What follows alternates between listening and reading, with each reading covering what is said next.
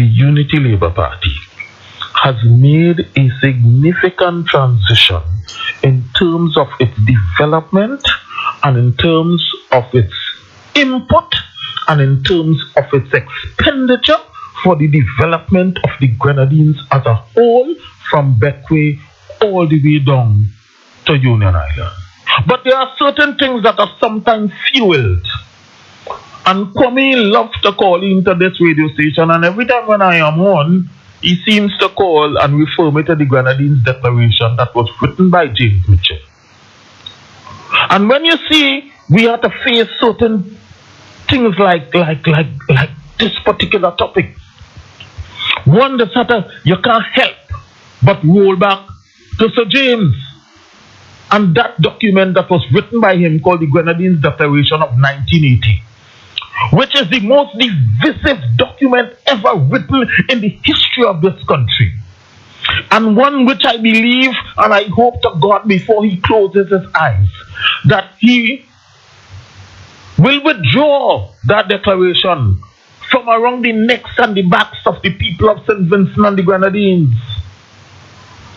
That he will remove that document of division and differentiation, which he used basically for his own political expediency. And it was indeed in itself a different form of colonization by itself. It was an indoctrination of a people because of the state that the Grenadines was in at the time. And because administrations before had left the Grenadines in a particular state, so much so that it was normally referred to as hard area. And when you send a public servant or a police officer down to the Grenadines, you have to get a hard area allowance because thing tight down there, thing hard down there, water scarce down there, everything have a different price down there, and it are no factories down there, and it ain't no work down there save and except you go and fish. Is a concept, but we have gone past that, and we have to be so careful and mindful lest we resurrect the dead, because as far as I am concerned, the Grenadines Declaration as written by Sir James Mitchell is dead, and it would and possibly may have belonged to his particular time and era. But he ain't moving from it, and when the NDP takes a particular position, one has to understand that the NDP has not moved away yet from its founding father, Because in the 2005 election, James Mitchell climbed a platform in Mulzac Square, a place called the Clifton Harbour, that we dedicated to you, Mulzac, a son of the soil, who made this contribution in the US Navy and so on. He climbed the platform there, and when he climbed the platform, he took the people who were present at that meeting on a nostalgic trip. And that trip, he told them that he came to Union Island when it had dirt roads in the back, and that he walked barefoot. And his statement was, at that time, they didn't want the Grenadines, but they want it now. And he said that in 2005. That tells you that he has still remained with that level of division steeped in his bosom. And he also said to them that he would not like to see the Grenadines move away from NDP, not as long as I'm alive, my God. And you see them words we're using there? You could put them in quotation marks. Those were his exact words. Because I wasn't down there by the meeting, but I was sitting in my mother's porch where I could have heard every song clear and direct. And the final thing he said is that NDP was born in the Grenadines wrong and big time. He maintained that particular posture and position. And when people talk about division and alienation, and they want to talk about secession, James Mitchell is the architect of that. But it is left now to the people of the Grenadines, many of whom would have benefited from the education revolution and benefited from the type of works and the program that have been instituted by the Unity Labour Party, to recognize that that is an old archaic view. It is backward and retrogressive and anti-developmental to the people of the Grenadines. And they must realize it's a philosophy that is steeped in his own 1979 type. And the Grenadines have never yet been involved in the economic, social, and cultural development of St. Vincent and the Grenadines as it is now. Never hitherto. Never. The physical and infrastructure development per capita, per head, let me put it this way, is higher than any of the 15 constituencies per percentage. Higher. And even if you put northern and southern together, it is even higher and further than. Now, I play them back to back because there's a matter on which I have vented before. But when I hear Jerry George, who is, I guess, is one of the mouthpieces of the NDP, or one of the scribes of the NDP, I realize that they have not changed, that they have not moved. And Jerry George seemed to be a mouthpiece for the people of the Grenadines. Who tell Jerry George that the people in the Grenadines want local government? Because he said decisions are being made for the people in the Grenadines, and the decisions are being made on the mainland, and it doesn't have an input from the Grenadines. So Jerry George is proposing local government for the Grenadines.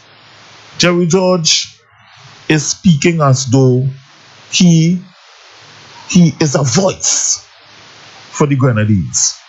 But that is not it, you know. Jerry George is continuing to vent the philosophy of the New Democratic Party with relation to the Grenadines and mainland St. Vincent. Because the people of the Grenadines had an opportunity. The opportunity to vote for local government, because local government was in the proposed constitution in 2009. There was a particular section on local government for the Grenadines, and there were always advanced discussions in terms of how this particular local government going to be executed. And there was a time frame also for the execution of local government in this proposed new constitution of St. Vincent and the Grenadines. It's people like Jerry George and the whole NDP crew who said to others, vote no. They said to the people of the Grenadines, vote no. They went down and conducted a campaign in the Grenadines to tell people to vote no. So vote against local government. So where you get this voice from now to come to talk about local government for the Grenadines and autonomy? Because I know you're talking about autonomy, you know, in terms of the Grenadines being given money, and the people of the Grenadines must be able to spend their own money. I know what you're saying there, Jerry, I know it's an echo. What you're doing is that you're echoing the sentiments of certain persons with whom you have your links within the Grenadines. You're echoing the voices of those who continue with the issue of division in the Grenadines. And you are trying to fuel something that we're running from. And even though the United Kingdom voted for Brexit to take their exit from the European Union. Yet still, these major monopolies and countries of the world, like the European Union, are still binding together. And people like you could talk about fueling the division in St. Vincent and the Grenadines between some little islands. Some of them, Union Island is 4 square miles. Canawan is about 3.5. Beckway probably like about 7 or 8. Now, let me understand this thing. There's the campaign, you know. There's the campaign. Jerry George started. And this has nothing to do with Jerry George personally, you know. Me and Jerry George good. When I see me, you happening, boy, how you do? When he passed through the Grenadines, I don't know, but I know, you know, men had a clique, and they had a voices who think. So what Jerry doing is echoing the voices of some.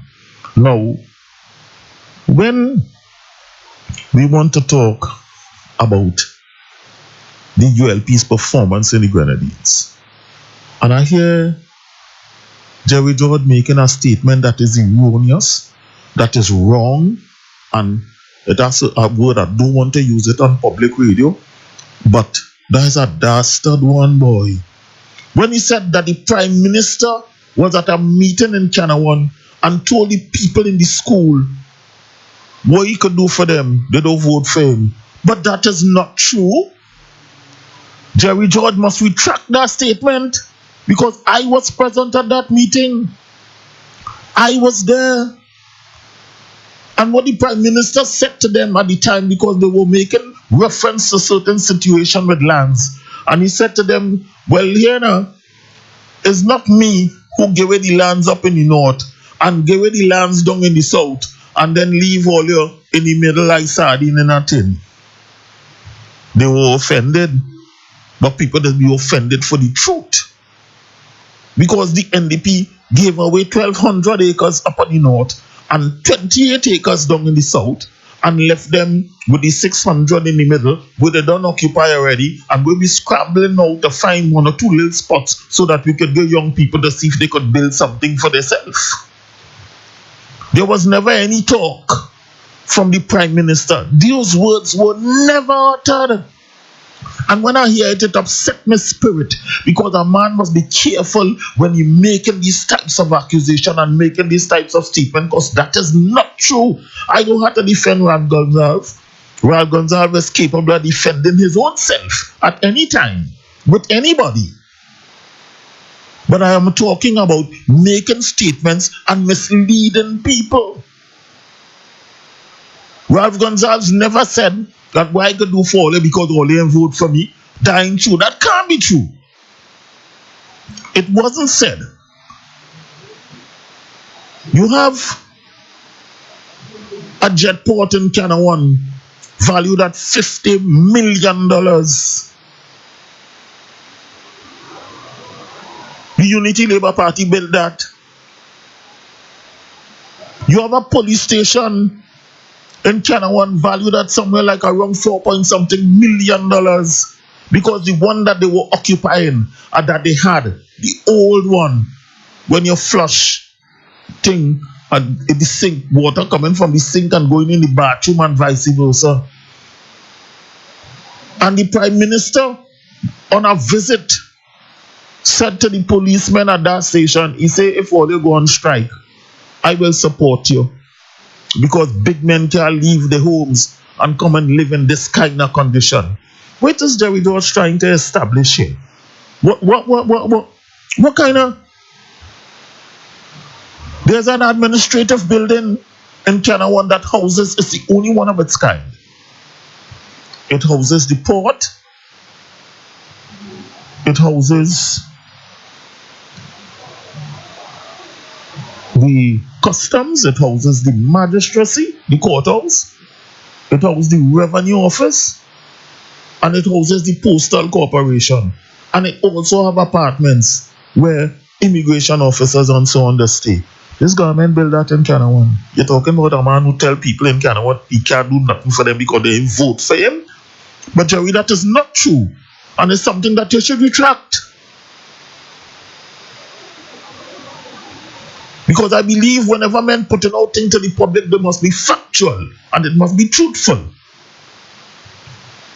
Because the level of development that has taken place and the expenditure that the government has undergone in China, no administration before ever made that sort of investment. They even have a little port ferry terminal no. The government of St. Vincent the Grenadines, the Unity Labour Party administration, even beautified the private houses of people on the main road, changed their facet board, changed their galvanized, erected picket fences, and paint their place. But yeah, that statement that Jerry George made, Jerry don't want to upset my spirit. Because you're making a plug for your candidates, and then this what to call it and how to describe it. You see, these fellas and them, they play their role in some very subtle ways here. That candidates are being put forward and they're voting for the Prime Minister. So they're voting for the Prime Minister and the candidates and them incapable. That is a stone Jerry George felt in there, you know. And when I tell you that the Unity Labour Party had to get up and step up its game and deal with the politics in St. Vincent and the Grenadines, because these are subtle statements, you know, that Jerry George and them making, you know. They start the work. So you gotta be mindful. In other words, candidates incapable of representing the constituency because people voted for the Prime Minister. Well, Jerry George, let me tell you something. In every single Caribbean country, in Caribbean politics, the Prime Minister is always the principal actor. Caribbean politics is about leaders. I dare you to ask anybody in St. Vincent and the Grenadines how many ministers of government or representatives they may know in other Caribbean islands. They know the Prime Minister. That's the nature of Caribbean politics. And don't fool yourself. And don't try to get the impression as though it's only happening here in St. Vincent and the Grenadines that people, because there are people that say that. Well, I voted for Ralph. But here what happened? Godwin Friday came from the administration somewhere in Canada, working in some administrative capacity somewhere in the public service. Come down to Beckway and just put your name on a ballot paper and he win. They vote for Friday. You think they vote for Friday? They voted for James Mitchell. And up to today, they're still voting for James Mitchell. They ain't voting for Friday. Don't fool yourself. You think they're voting for Olivier down in the Southern Grenadines? They're voting for Sir James. Because a particular type of political culture has been set. And if you don't understand it, because you don't live there, you're talking about people making decisions, but you don't live there neither. You don't understand what's taking place in the Grenadines. You don't know the depth of it. Because you pass and you visit, and you might have some friends, and you are here NDP people and them who you had your dialogue with. But here what's happening with them is something that comes from their very bosom. You think Friday when he won in 2001, you think it's because the people at Beckway were so into Friday? He ran on the coattail of Sir James. Because in truth and in fact, he didn't have a clue about representation. In fact, I will make this statement here now. Because I was appointed as a senator in 2001. And when it was the opening of Parliament, Friday was so not attuned to what happening in the political arena that when he came upstairs, he came across to the side where the government benches are. We had to direct him and tell him, nah boy, over there, you have to go over so. Terence Olivier admitted that before he contested the election in 2001, that he never went to a political meeting. But then you talking about the representation and the character of persons who they voting, people voting for them because they're voting for the Prime Minister. You know what is happening? They're voting for James, they're voting for James too. So opposition parliamentarians who get elected. Do you think that are people just voting for the NDP too? They're voting for James? And it might have some who might vote for him. As a matter of fact, a time with relation to the same Grenadines documentation, when I said that the Grenadines declaration, when I said that is dead, that concept is dead, and somebody said to me, well, it dead, it will kill you. You understand? And I get the term, I get the term, I get the feel in which it was said, because it's what I strongly believe in, and I say it all the time, that I believe in the unitary state of St. Vincent and the Grenadines, and they could, when they carting me away, that will be my philosophy. You understand? Because I really believe in the fusion and unity of a people. The thing so sickening, and it's so backward. How do you take a people out of a particular mode? Sometimes you wonder if it's a hammer you have to hit them in the head with in order for them to move. Because at a meeting, that very said meeting, Jerry George said that he was there, and I don't know if he was there because the statement he made is not on. I don't know if somebody tell him that. But at that meeting, there was a particular individual, and I ain't gonna call no name, who got up and said that the revenue and the money that is made in Canawan, that they must put aside a certain part of that money, and a certain percentage of that must be spent in Canawan. And the Prime Minister's response to that was straight and off the bat. His response to that statement was, you go and climb a platform and let the people elect you as Prime Minister. And when they do that, then you could institute that. But I ain't doing that. Because the resources of the state, the monies collected to the consolidated fund, belongs to all of us. That is to tell you how they're so steeped in the vision that a portion of the money collected in Canawan, a percentage of that must be spent back in Canawan. So in other words then, it's Canawan money. It is St. Vincent and the Grenadines money. How do I fight this kind of backwardness? How do you channel the minds of a people? How do you open it? Because at the convention I said that not everybody does reach the same level of consciousness at the same time. Some people are so politically unconscious that it pains you. Let me tell you something. In Canawan,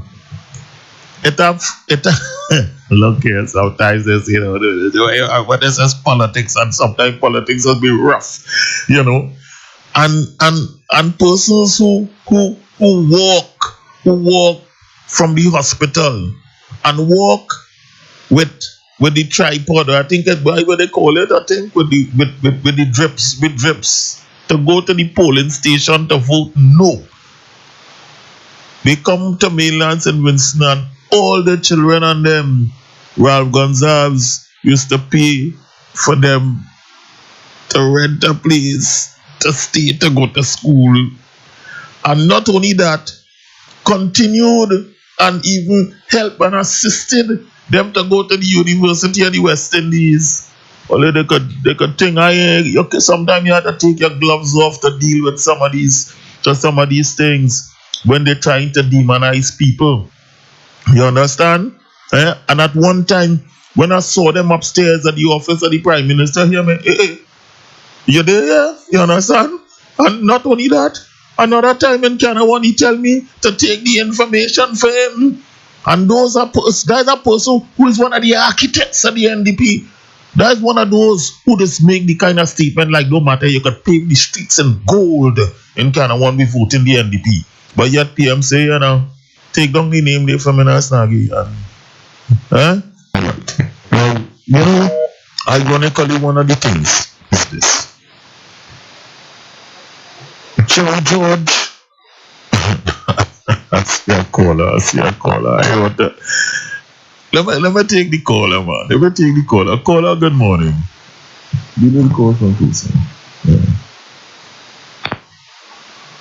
Yeah, morning. Mr. Snagg. Good morning. It's the Jerry George who used to preach at the Grace and Truth Church in Middle Street where you have no mountains of water. I don't know nothing about him. Yes, he used to preach there and he come to in some he come over the radio. Is this the Jerry George who used to criticize the developer in Canada and end up taking the job of Ben Jackson? Well, I know the Jerry George I talking about. I know that he used to work with the developers in Canada. I know that he went there and worked with them. He eat a food in some public relations capacity. And that's the Jerry George. That's the one there. Jerry George who worked with two communication companies in business and can't even hold a job anyway he does. Huh? I know not much about him. Jerry George was in Grenada fighting on Keith Mitchell. Well, you want to tell you already, I know not about him. You might know more. Fight them the Prime Minister here too. Is this the Jerry George who is playing his journalist? Is that the one? Well, that's why we have play journalism. Thank you. All right. Now, you know, when people push this backwardness of Grenadines collecting certain money and that money ought to be spent, the question comes to your mind. You think the people of the Grenadines believe that they could sustain themselves? You think so? Huh? The hydro down in Richmond, you think it belongs to the people in Richmond alone? When electricity is being generated from it, they might have to tell them that, well, we should pay the type of electricity we pay, we should pay a different rate because generated from down here in North Lebanon. So we have to pay a different rate from the people and them down the Grenadines. Because it's we own. Huh? A man once, by the name of Cecil McIntosh, in the days of James Mitchell, in the heydays, I think he used to be a owner in Spring Estate and went somewhere in Australia or something. But he come back with the same archaic, backward type of approach with relation to the Grenadines and its sustainability. And he started doing a study. And when he reached partway through the study, he abandoned it. He abandoned it because he came to the realization that the revenues that was collected in the Grenadines, the dance, can't pay for the light, if you want to talk about sustainability. And I want to get from them exactly what it is they really mean. Do you think that money is generated from customs duties in the Grenadines and from some yachts visiting the Tobago Keys? You think that could pay for your teachers? You think that could pay for your police officers? You think that could pay for your Coast Guard base in Canada and for the patrols of the Coast Guard in and around the Grenadines? You think that could pay for it? Huh? You think that could pay for your officers at both the administrative buildings? The $10 that we pay for garbage, the $10 a month, that cannot even pay the contractor for the management of the garbage facility and for the collection. It can't pay for that. We gotta get realistic, and we gotta tell people the truth. We gotta tell people the truth. The Tobago Keys Marine Park that is a statutory body that collects monies from persons entering the Tobago Keys, which in truth and in fact is the main area that all yachties, save and except those who go to Port Elizabeth, but once they're going down to the south, one or two yachts might go to Chatham and one or two might go and stop in Canada and thing, but the majority and bulk of them go to the Tobago Keys Marine Park. That's a fact. Nobody don't dispute that with me. And you know, in the month of September, you know what's the amount of money the Tobago Keys Marine Park collected from the passengers who paying the head tax or the fee to enter and so on and thing. You know how much it was? 5,500. That was the passenger figure. The manager had to get paid. Time you don't pay the manager, it had nothing rest for the rest of the staff here to be paid. But yet still those are talking about money collected to be spent, a percentage of it to be spent back. Right? The moorings that they have, that they use as a source of revenue in the Tobago Keys, in the month of September 2019, they collected $3,555. That ain't even the fuel cost for the Rangers to go up and down in the Tobago Keys. That ain't even the fuel cost.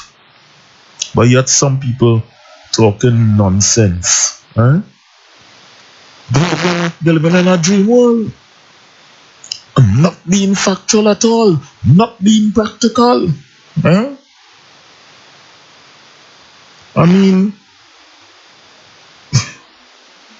you sometimes just wonder. Let me take a call here. Caller, good day. Hello. Hey, good morning, brother Snagg. Good morning. Morning. Hi there. Congratulations, you have been to a successful beautiful campaign. And I heard you talking about the Grenadines, but let me like some people about what the Grenadines, especially Union Island, used to be like when the NDP used to be there. First of all, we had an airport that was built by Andrew Cooper, a Frenchman, at Anchorage. And we used to get one of the most busiest airports in the whole of St. Vincent, the Grenadines. We used to have planes used to be stopped into land. And we were promised that we will have a better and a longer airport.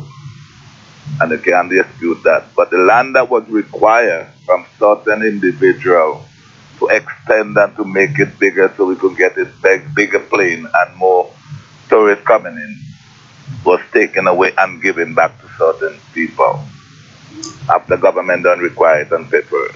After what, man? After government, tell the thing factual now. After the government acquire it and pay for it, the people they acquire it from, they give them back. Give them back. The NDP give them back. And they give them back because they were persons who were involved in the political process with them. That's a fact. We used to have, and as a boat captain, and I worked with a guy you call Captain Yanis, for 15 and a half years. And I used to know when we had the small airport, we used to have more than 200 tourists landing here, both from St. Lucia, Martinique, up to Guadeloupe, Barbados, and Grenada, Tobago, coming into Union. And we were promised it was going to be better. And I watch it deteriorate all the way down till we don't even have a day to coming into Union Island no more. And that is not the fault of the ULP. That is something that grew from to destroy the Southern Grenadines so that we could be better. Okay, because when they come and see what happening here, that we could have a part of that. And I know that is a fact. We used to have also cow, goat, sheep, pigs walking between tourists sitting on the jam and the street, and you're walking in all kind of a thing on the street. vendors used to be running animals out of the stall when they selling alongside the road when the mail was coming. The square miles, that square that we have beautified now.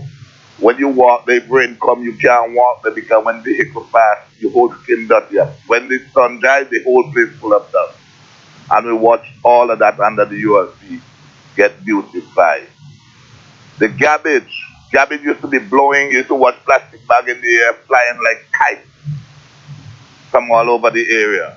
And the beach mess up with garbage, and nobody used to take care of that. I dare walk with you, Snagg, from Ashton to Clifton demonstrating against garbage, the cleaning up of garbage, and I watch NDP people laugh at us.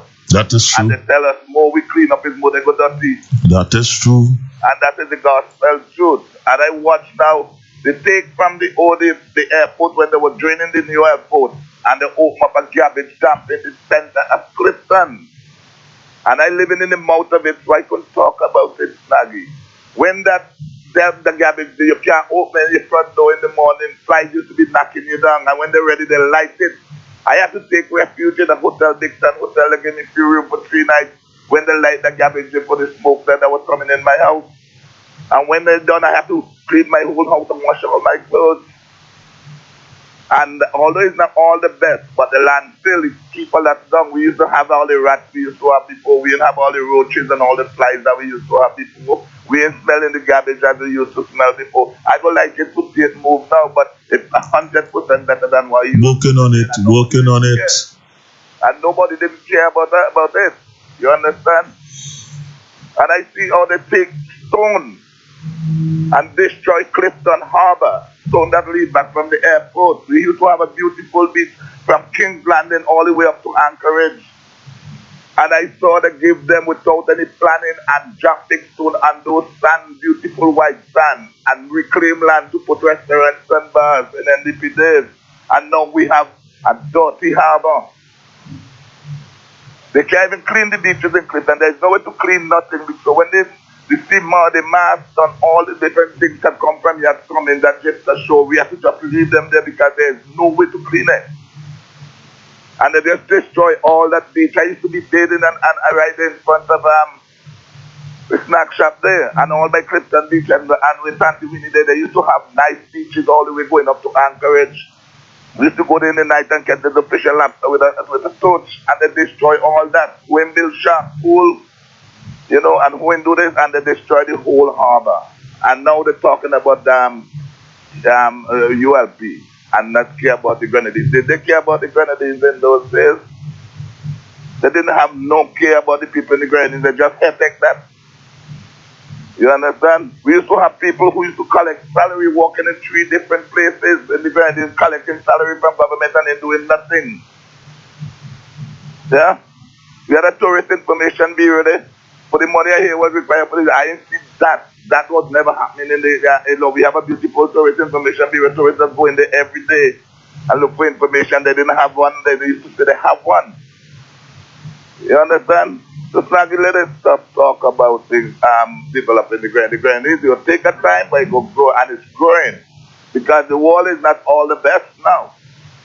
You know, the economy in the world is not all the best, but what we get in little, we ain't have a money tree. We can't do everything for everybody at the same time. We have to take our time. You understand? And my mother always said, take time and kill until you find it got, and if you ain't take time. But I say, there is nobody runs St. Vincent in the year when I was born in 1960 to now, like Ralph runs out. You understand? My children them went to and the Ralph runs up to school and come out well. I just have one day, the last goal for me just passed, so just tell me this morning, I passed all my subjects in college. I could afford was to send them to college at those days on the NDP. We didn't have a chance in the Grenadines. We didn't have a chance because there's only who they have big guy glasses used to go to St. Vincent in college. You understand? It's certain names you couldn't know who go and they're jumping up now. You know, I'm talking about education and education. Ralph introduced education revolution in St. Vincent Grand, so all poor people can get opportunity to go to school and get a proper education for the children. You understand, Snaggy? But we look forward to see you, to talk to you when you come down, man. I don't know when you're coming down, but I would like to see you. All right. Alright? When they come down, I will look for you. Brother Knight. Yeah, man. All right. God bless. What happening? Sometimes you don't need to talk. And those who listening, you get it straight from in the horse's mouth. When they talk about the Grenadines being left out. What utter nonsense they talking? Eh? The NDP didn't build the hospital in Union Island. The NDP didn't bring electricity to Union. Eh? The NDP left Canawan with a clinic, without a doctor. Imagine that. A place with a resort. They didn't have a doctor. This administration built a doctor's quarters and established that a doctor should be there. Also a revenue office. Also a courthouse. You start to leave Canawan to go to Union to get a liquor license to go court. What do them? Is forget they forget? Or they're just trying to be malicious and mischievous? Huh? Union Island is the only place. Now here what's happening. You see this morning, if you go to Union Island, you will pass by the power station and you will not hear a single song. Do you know why? It is powered strictly by solar energy at a cost of $8.3 million.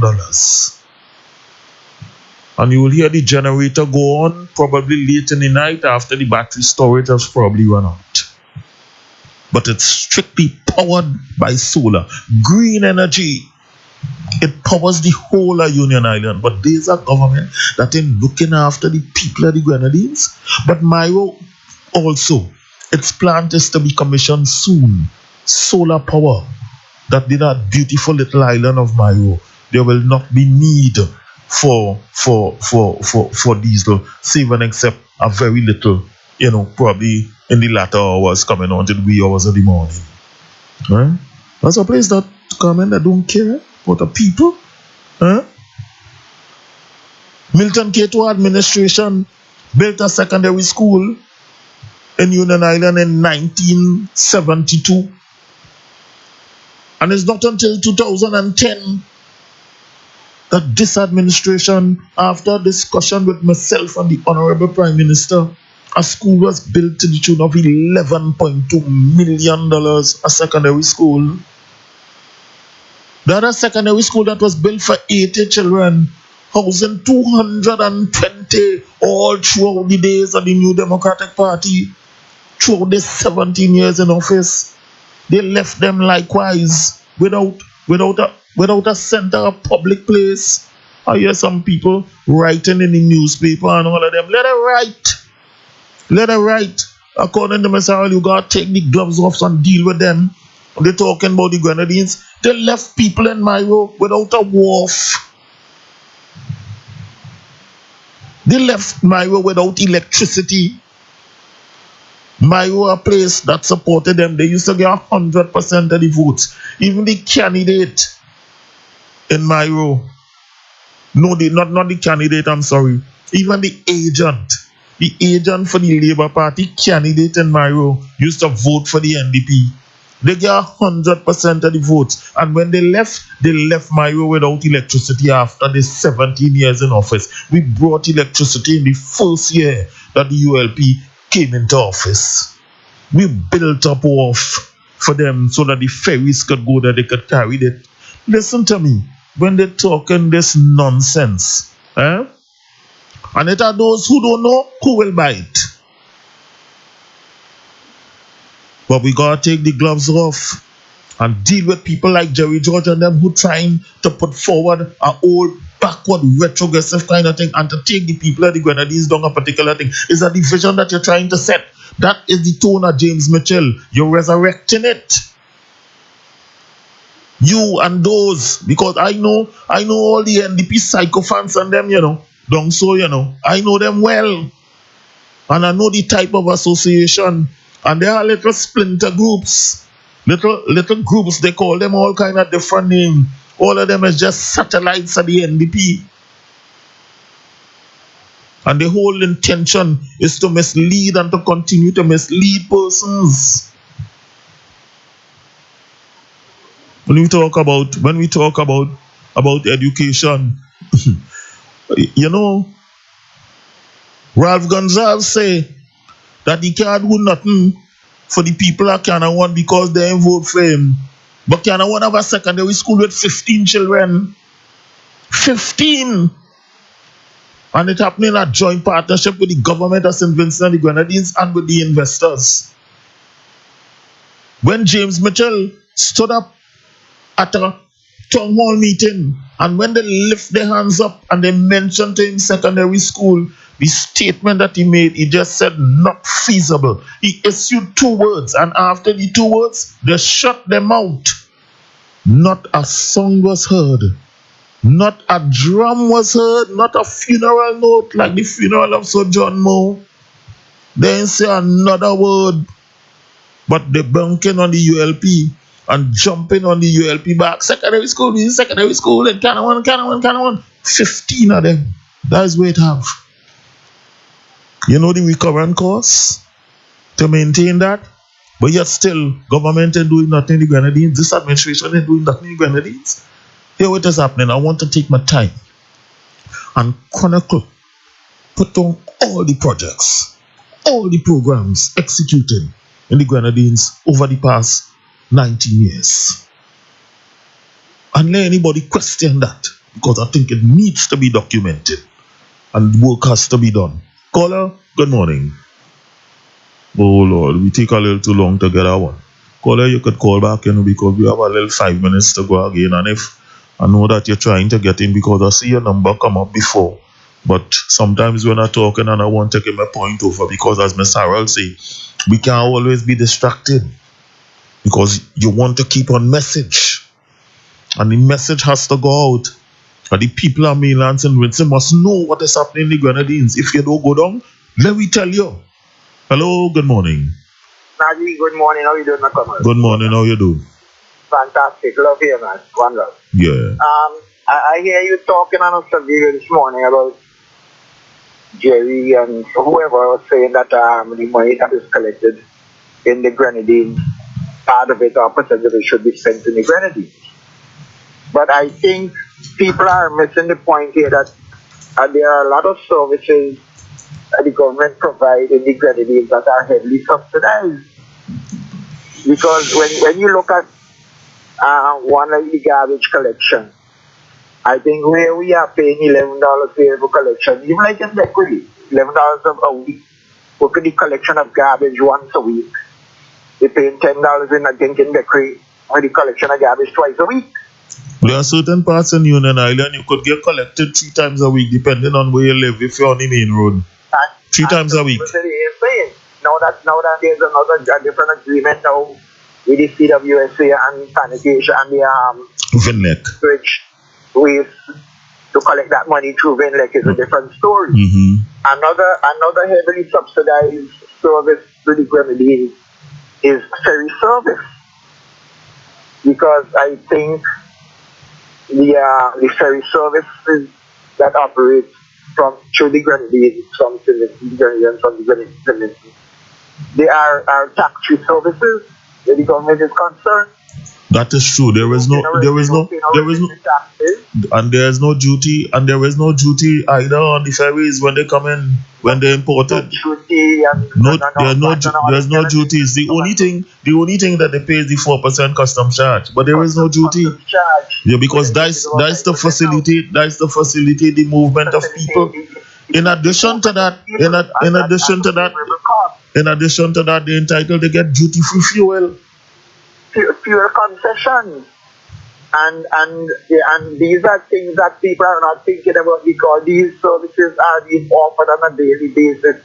And when you add up the revenue loss by for the government, it's an enormous amount of money over a period of time. Enormous amount. And you know, it's difficult to understand that people can think that the Grenadines, I think one time there was a call for the Grenadines to collect their own taxes. I think when they had the Grenadines declaration that came up, like, you know, they should collect their own taxes and manage their own money and all of that kind of stuff. But I don't think that the Grenadines can generate enough money, because if you're talking about the Canada development with land holding and all of that kind of stuff, and the money that people pay for properties and so in Canada, like animal speak and stuff and so. people are doing that because of the enormous amount of money that the government would have pumped into the development there. It's government and FDI and foreign direct investors. But you had to but you had provided serious infrastructure. The jet port is $50 million. $50 million. And you have your recurrent costs, because the reality about it is that here what is happening when you watch the level of traffic does not necessarily reflect the amount of money that you have to pay to support the infrastructure. Because even with the amount of the money that people are being paid in the Grenadines, if you don't put in the service and the hotel operators and the hospitality industry people in the Grenadines, they get the tax concessions, the tax-free concessions, I think, for the 15 or 20 years or whatever. So all of these things, when you add these up and you consider the amount of money, revenue that the government is not collecting because of the subsidy that is being given to the Grenadines and stuff, is a special case where the government of St. Vincent is putting an enormous amount of money into the Grenadines. I think there was one time when water tanks were distributed to the residents of Nairo, I think it was. Well, I haven't been involved in the distribution of water tanks, but also too, there are some private donors from time to time. You understand what I mean? But the state engaged in that too. I remember giving 1,000 gallon tanks to every household in my room. And I think I even remember when the Raffles Resort was up and running, when they had opened that resort. I think all of the houses along the road to the resort were upgraded because the government thought at the time that you can have a 5-star resort and drive into a 2-star village to go to it. You was listening to the program early on? Or you weren't? No, I just joined the program. Well, because I was reminding them that this government painted people's houses, built picket fences, changed their fascia boards, and pay them to paint their own house. And all of that and stuff. That was the government, that was the government's initiative and it was called the beautification project. I'm telling you.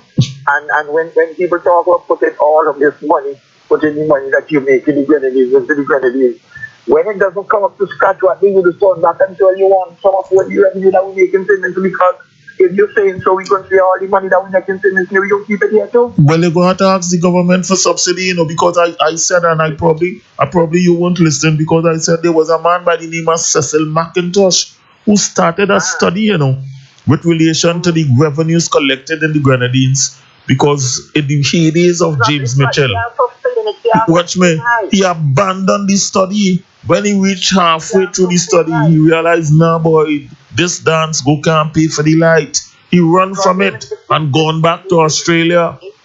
Yeah, if you take, for instance, the airport in Beckley, that generates about $450,000 a year, and the operating cost of it is almost $2 million a year. Yes. I mean, things like this, you look into things like this, and people talking this kind of things and stuff, you cannot generate enough money in the Grenadines to maintain the Grenadines at the standard that you want to have it to attract, to be a tourism destination, because it's a major part of our tourism destination here. Well, I know you just joined my Lance, but I just quoted some figures with relation to the Tobago Cays Marine Park, where you have all the yachts, because they like to talk about the amount of yachts that come to the Southern Grenadines and the revenue generated. They don't make a lot of money there. But I told them that the month of September they collected $3,555. That's the slow part of the season. $3,555. They can't pay the manager. It couldn't even pay the manager, and the amount of expenses incurred to collect that. Huh? That amount of money. I tell you. Much for the water.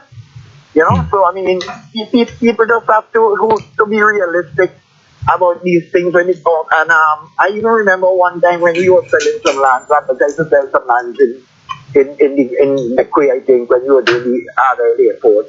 There was this big cry about, and Canawan, we sold some lands in Canawan too.